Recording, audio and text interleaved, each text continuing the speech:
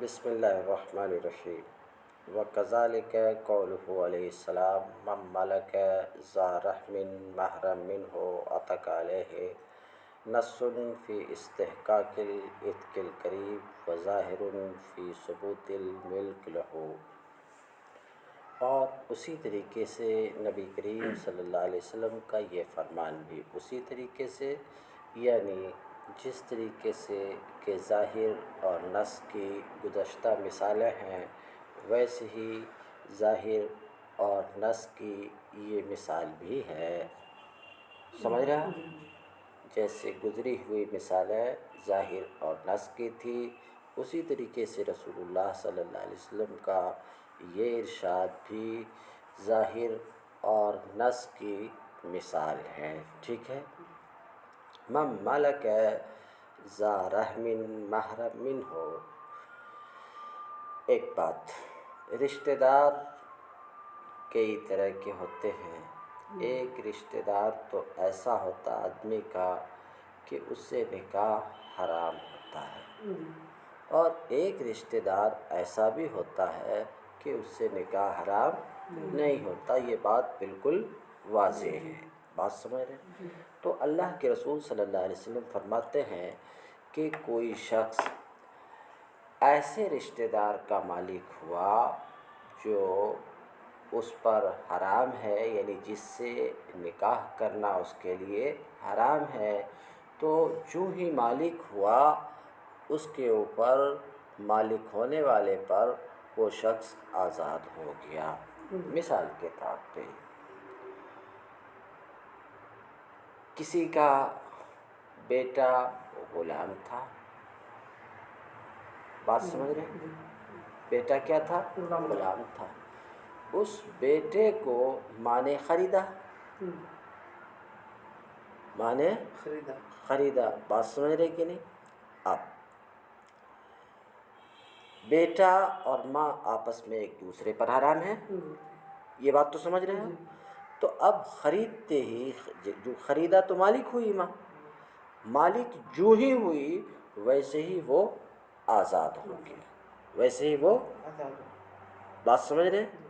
اب وہ ماں کا بھی غلام نہیں رہا، بات سمجھ رہے؟ کیوں؟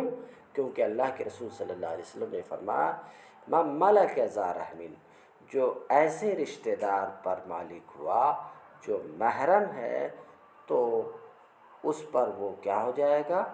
آزاد ہو جائے گا۔ اتنی سی بات تو سمجھ گئے؟ یہ مسئلہ تو سمجھ میں آیا کہ محرم رشتہ دار پر جو ہی ملکیت ہوئی، ملکیت کے ساتھ ہی وہ رشتہ دار کیا ہو جائے گا؟ آزاد ہو جائے گا۔ یہ مسئلہ تو سمجھ گئے؟ اب کس ضمن میں یہ گفتگو ہے اس کو دیکھ لیں۔ کہتے ہیں نص فی استحقاق العتق القریب۔ اب رسول اللہ صلی اللہ علیہ وسلم کا یہ فرمان ہے، من ملک ذا رحم الی آخر الحدیث، یہ کس کے لیے لایا گیا؟ اس بات کے لیے لایا گیا کہ قریبی رشتہ دار، قریب سے کیا مراد ہے سمجھ چکے، ایسا رشتہ دار جو محرم ہے، قریبی رشتہ دار آزادی کا مستحق ہے، آزادی کا حقدار ہے، کہ قریبی رشتہ دار پر جو ہی ملکیت ہوئی وہ آزاد ہو جائے گا۔ تو اللہ کے رسول صلی اللہ علیہ وسلم جو یہ ایک فرمان لائے ہیں، بس میں نے یہ کلام جو لائے ہیں، اس کلام سے مقصود کیا ہے کہ قریبی رشتہ دار آزادی کا حقدار ہے، اسی کے لیے لائے۔ اور یہ بات اس سے ظاہر بھی ہے، سن کر کے ہی یہ بات سمجھ میں آ جاتی ہے، اور یہی اس کلام سے مقصود بھی ہے۔ تو اس سلسلے میں کہ قریب عتق کا حقدار ہے، آزادی کا حقدار، اس سلسلے میں یہ کیا ہے؟ نص ہے، کیونکہ نص کی تعریف کر چکا ہوں کہ نص وہ معنی ہے، سمجھ رہے؟ نص وہ کلام ہے جس کی مراد نفس سما سے ظاہر ہو، اور وہی کلام، وہی مراد کلام سے مقصود بھی ہو۔ اتنی سی بات سمجھ میں آ رہی؟ تو کہتے ہیں رسول اللہ صلی اللہ علیہ وسلم کا یہ فرمان نص ہے، کس سلسلے میں؟ فی استحقاق الاتق القریب، قریبی رشتہ دار کے آزادی کے مستحق ہونے میں۔ اتنی سی بات سمجھ گئے؟ اچھا، ایک بات ہو چکی۔ اچھا، اس فرمان سے یہ بات بھی ظاہر ہے کہ جس نے خریدا وہ مالک ہوا، اس کے لیے ملکیت ثابت ہوئی۔ یہ الگ بات ہے کہ یہ اس کلام سے مقصود نہیں ہے۔ من ملک ہے جو مالک ہوا، ذا رحمن، سمجھ رہے، رشتہ دار پر، تو یہ فرمان اس بات کو بتا رہا ہے کہ ملکیت اس کے لیے ثابت ہے، خریدنے والے کے لیے ملکیت کیا ہے؟ ثابت ہے، سمجھ رہے کہ نہیں؟ تو یہ تو اس کلام کا مدلول ہے، من ملک ہے، اس کلام کا مدلول ہے۔ یہ کلام اس کے اوپر دلالت، سننے سے ہی یہ بات سمجھ میں آتی ہے۔ یہ الگ بات ہے کہ یہ کلام اس کے لیے لایا، تو اس سلسلے میں بات سمجھ رہے ہیں؟ ملک کے ثبوت میں، ملک کے ثبوت میں یہ کلام کیا ہے؟ ظاہر ہے۔ کچھ دماغ قبول کر رہا؟ کہتے ہیں وظاہر فی ثبوت الملک لہو، اس کے لیے ملک کے ثبوت میں ظاہر ہے۔ اب تک ظاہر نص کی کئی مثالیں بیان کی گئی اور کئی مثالوں کے ذریعے ظاہر اور نص کو سمجھائے جانے کی کوشش کی گئی، اور میں بتا چکا ظاہر اور نص دونوں کی مراد واضح ہوتی ہے نفس سماع سے، سمجھ رہے ہیں؟ سننے سے ہی کلام کی مراد ظاہر و واضح ہو جاتی ہے۔ فرق صرف اتنا رہتا ہے کہ نص وہ مراد ہے کہ کلام اس کے لیے لایا گیا ہو، یعنی نص وہ ہے کہ کلام سے وہ مقصود ہو، اور ظاہر کلام سے مقصود نہیں ہوتا ہے۔ بس میں صرف اتنا سا فرق ہے۔ تو ظاہر یہ کلام کا مدلول تو ہوتا ہے، مقصود نہیں ہوتا ہے، بس میرے، اور نص کلام کا مدلول بھی ہوتا ہے، اور اس کو کئی مثالوں کے ذریعے سے یہ بات سمجھا دی گئی۔ تو ظاہر اور نص پر کئی مثالیں دے دی گئی۔ مثالیں دینے کے بعد، ظاہر اور نص کو سمجھا دینے کے بعد، اب ظاہر اور نص کا حکم بتاتے ہیں کہ ظاہر اور نص کا کیا حکم ہے۔ اللہ کی کتاب میں ظاہر ہے یا نص ہے تو اس کا کیا حکم ہے؟ بات سمجھ رہے کہ نہیں؟ کیا اس پر عمل کرنا ضروری ہے یا اس پر عمل کرنا ضروری نہیں ہے؟ اس پر اعتقاد رکھنا ضروری ہے یا اعتقاد رکھنا ضروری نہیں ہے؟ بات سمجھ رہے ہیں؟ تو ظاہر و نص کا کیا حکم ہے؟ بات سمجھ رہے کہ نہیں؟ ظاہر و نص کا کیا حکم ہے؟ تو سنو، وہ حکم الظاہر والنص، اس عبارت سے ظاہر و نص کا حکم بتا رہے ہیں۔ ظاہر و نص کا حکم یہ ہے کہ ان دونوں پر، ان دونوں کن دونوں پر؟ ظاہر و نص پر، ان دونوں پر عمل کرنا واجب ہے، ان دونوں پر عمل کرنا واجب کہتے ہیں۔ ظاہر و نص کا حکم یہ ہے کہ ان دونوں پر عمل کرنا واجب ہے، وہ دونوں عام ہوں یا خاص ہوں۔ ظاہر و نص عام ہوں کہ خاص ہوں، دونوں پر عمل کرنا واجب ہے۔ بات سمجھ رہے ہو؟ میں احتمال ارادت الغیر، تو سن چکے ظاہر و نص کا حکم یہ ہے کہ ان دونوں پر عمل کرنا واجب ہے، خواہ دونوں عام ہوں خواہ دونوں خاص ہوں، بہرحال عمل کرنا واجب ہے۔ ہاں، یہ بات تو ہے عمل کرنا واجب ہے، مگر غیر کا احتمال بھی ہے۔ ہو سکتا ہے کہ اس کے سوا کوئی اور مراد ہو۔ بات سمجھ رہے ہیں؟ غیر کے احتمال کے ساتھ، غیر کے احتمال کے ساتھ۔ اصل میں یہ مبنی ہے، یہ گفتگو غیر کے احتمال عمل کرنا واجب ہے، یہ بات سمجھ میں، البتہ غیر کی بھی گنجائش ہے، غیر کی بھی گنجائش ہے۔ یہ اصل میں یہ گفتگو مبنی ہے اس بات پر کہ حقیقت کے ساتھ مجاز کا بھی احتمال ہوتا ہے، حقیقت کے ساتھ مجاز کا احتمال ہوتا ہے، بات سمجھ رہے ہیں؟ تو جیسے کہا سمیر، تو یہ اس سمیر کی ذات میں یہ حقیقت ہے، لیکن ممکن ہے کہ سمیر کا لفظ بول کر کے اس کا قریبی دوست داؤد مراد لیا گیا، بات سمجھ رہے ہیں؟ تو جس طریقے سے کہ حقیقت میں مجاز کا احتمال ہوتا ہے، غیر کا احتمال ہوتا ہے، بات سمجھ رہے ہیں؟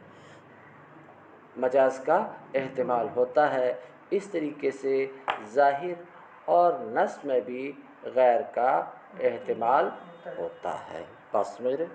دیکھو تو کہتے ہیں ظاہر و نص کا حکم یہ ہے کہ ان دونوں پر عمل کرنا واجب ہے، دونوں عام ہوں یا خاص ہوں۔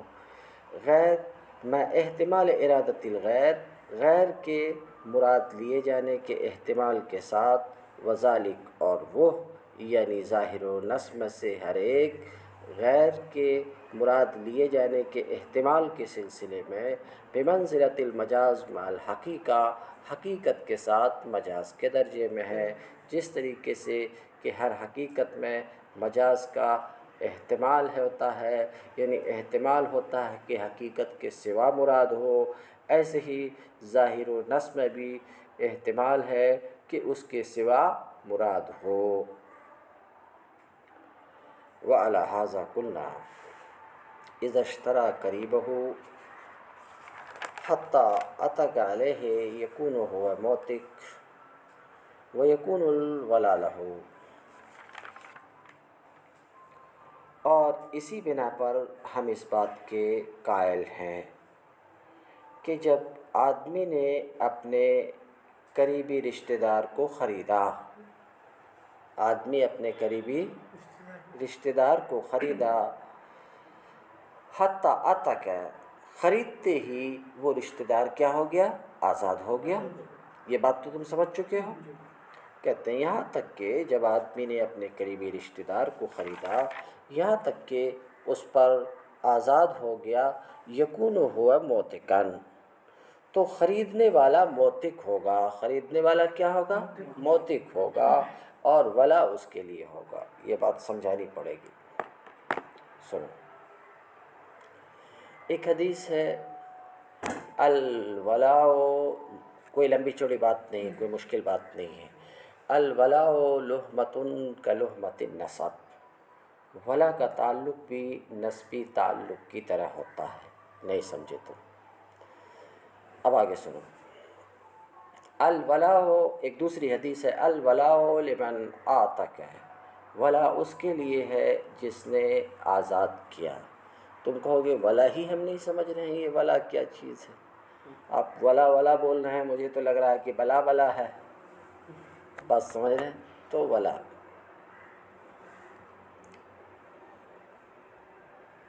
ولا کیا چیز ہے؟ جس ضمن میں ہے اس ضمن میں سمجھاتا ہوں، مثال سے سمجھاتا ہوں تو سمجھ میں بات آتی ہے۔ ایک شخص کا ایک غلام تھا، ایک آدمی کا ایک غلام تھا۔ اس آدمی نے اس غلام کو آزاد کر دیا، غلام کو آزاد کر دیا، ٹھیک ہے، آزاد، تو غلام ہو گیا آزاد، آزاد ہو گیا۔ آزاد ہونے کے بعد وہ غلام مرا، سن رہے ہو؟ اس حال میں کہ وہ کچھ مال چھوڑا، یعنی کچھ مال چھوڑ کر کے مرا، کچھ سمجھ رہے ہو؟ ابھی پلٹا کے پوچھتا ہوں، کچھ مال چھوڑ کر کے مرا۔ اب کچھ مال چھوڑ کر کے وہ مرا، اور حال یہ ہے کہ اس مرنے والے جو پہلے غلام تھا، مرنے والے غلام کا کوئی قریبی رشتہ دار نہیں ہے، یعنی نہ اصحاب فرائض ہے نہ اسبا ہے۔ اب بولو اصحاب فرائض کیا اسبا کیا، اس میں نہیں جاتا ہوں، کوئی رشتہ دار نہیں، نسبی رشتہ دار نہیں ہے، خاندانی رشتہ دار نہیں ہے، تو اس کا مال کس کو ملے گا؟ خاندانی رشتہ دار تو ہے نہیں، مر گیا کچھ مال چھوڑ کر کے، تو اس کا مال کس کو ملے گا؟ یہ ایک سوال ہے کہ نہیں؟ تو اللہ کے رسول فرماتے ہیں الولاء لمن آتک، یہ ولا اس کو ملے گا، بات سمجھ رہے ہیں، یہ ولا اس کو ملے گا جس نے آزاد کیا۔ اب ولا سمجھ میں آیا؟ ولا کس کو ملے گا؟ جس نے آزاد کیا۔ اتنی سی بات سمجھ گئے؟ تو اب ایک آدمی نے غلام کو آزاد کیا اور آزاد کرنے کے بعد وہ غلام کچھ مال چھوڑ کر کے مرا، تو اس کا جو مال بچ گیا، حال یہ ہے کہ اس غلام کا کوئی قریبی رشتہ دار نہیں، تو اس مال کا مالک کون ہوگا؟ اس کا آزاد کرنے والا۔ ہو گئی بات؟ ختم ہو گئی؟ ختم ہو گیا۔ اب سنو، اب اس مسئلے میں آؤ۔ ایک شخص نے قریبی رشتہ دار کو خریدا، جو ہی خریدا، خریدتے ہی آزاد ہو گیا، خریدتے ہی آزاد ہو گیا، خریدتے ہی آزاد ہو گیا، وہ رشتہ دار تو آزاد ہو گیا، آزاد ہونے کے بعد وہ کچھ مال چھوڑ کر کے مرا، کچھ مال چھوڑ کر کے مرا، اور اس کا کوئی ایسا قریبی رشتہ دار نہیں ہے جو پورے مال کو لے سکے، جو پورے مال کو لے سکے، بات سمجھ رہے ہیں؟ تو ایسی صورت میں یہ ولا کے طور پہ وہ مال اسی قریبی رشتہ دار کو ملے گا جس نے اس کو خریدا تھا، جس نے اس کو خریدا تھا، کیونکہ خریدنے کی وجہ سے مالک ہوا، آزاد کرنے والا ہوا۔ اور اللہ کے رسول نے فرمایا الولاء لمن آتک، ولا کس کے لیے؟ اس کے لیے جس نے آزاد کیا۔ مثال کے طور پہ ایک آدمی نے اپنی اخیافی بہن، اخیافی بہن یعنی ماں شریک بہن، یعنی دونوں کی ماں ایک ہے، باپ ایک نہیں ہے، ماں شریک بہن کو خریدا، سمجھ رہے ہیں؟ کس کو؟ تو ماں شریک بہن کو خریدا، اور یہ خریدنے والا مان لو کہ اس کا ماں شریک بھائی ہوا، جب وہ ماں شریک بہن ہے تو ماں شریک بھائی ہے۔ خریدا، خریدتے ہی وہ آزاد ہوگی، کیونکہ بہن ہے تو خریدتے ہی وہ آزاد ہوگی۔ وہ جس کو خریدا، خریدنے کے بعد اس کا انتقال ہوا اور کچھ مال کو چھوڑا، سمجھ رہے ہیں؟ اور اس کے اصحاب فرائض میں سے کوئی نہیں ہے، صرف یہی ماں شریک بھائی ہے، ماں شریک بھائی ہے۔ تو ماں شریک بھائی کا کیا حصہ ہے، کتنا حصہ ہے؟ تو کتاب میں ہے 6واں حصہ۔ مثال کے طور پہ 6000 روپے وہ چھوڑ کر کے مری، کچھ سمجھ رہے ہو؟ 6000 روپے چھوڑ کر، تو اب اصحاب فرائض کے طور پر، حصے دار کے طور پر اس کو اس کی جائیداد میں سے کتنا ملے گا؟ 1000 روپیہ، تو 5000 تو بچ گیا، 5000 جو بچ گیا وہ کہاں جائے گا؟ تو یہی لے گا، مگر کس طور پر؟ حصے دار ہونے کے طور پہ نہیں، اسبہ ہونے کے طور پر، اسبہ سببی ہونے کے طور پر، اسبہ سببی ہونے الولا، سمجھ رہے؟ الولاء لمن آتک، ولا کس کے لیے ہے؟ غلام نے جس مال کو چھوڑا، غلام نے آزاد شدہ غلام نے جس مال کو چھوڑا، سمجھ رہے؟ وہ میراث کس کی بنے گی؟ آزاد کرنے والے کی۔ تو ولا کے طور پہ باقی 5000 بھی یہی لے گا، بات سمجھ رہے ہیں؟ اتنی سی بات سمجھ میں آئی؟ کیوں؟ اس کی وجہ یہ ہے کہ جب اس نے خریدا تو خریدتے ہی مالک ہوا، یہ الگ بات ہے کہ مالک ہوتے ہی آزاد ہو گیا، مالک ہوتے ہی تو یہ آزاد کرنے والا ہوا نا ہے۔ اور اللہ کے رسول نے کیا فرمایا؟ الولاء لمن آتک، ولا کس کے لیے ہے؟ آزاد کرنے والے کے لیے ہے، بس میں نے، لہذا ولا اس کو ملے گا، ولا اس کو یہ گفتگو ہے۔ کچھ سمجھ میں آیا؟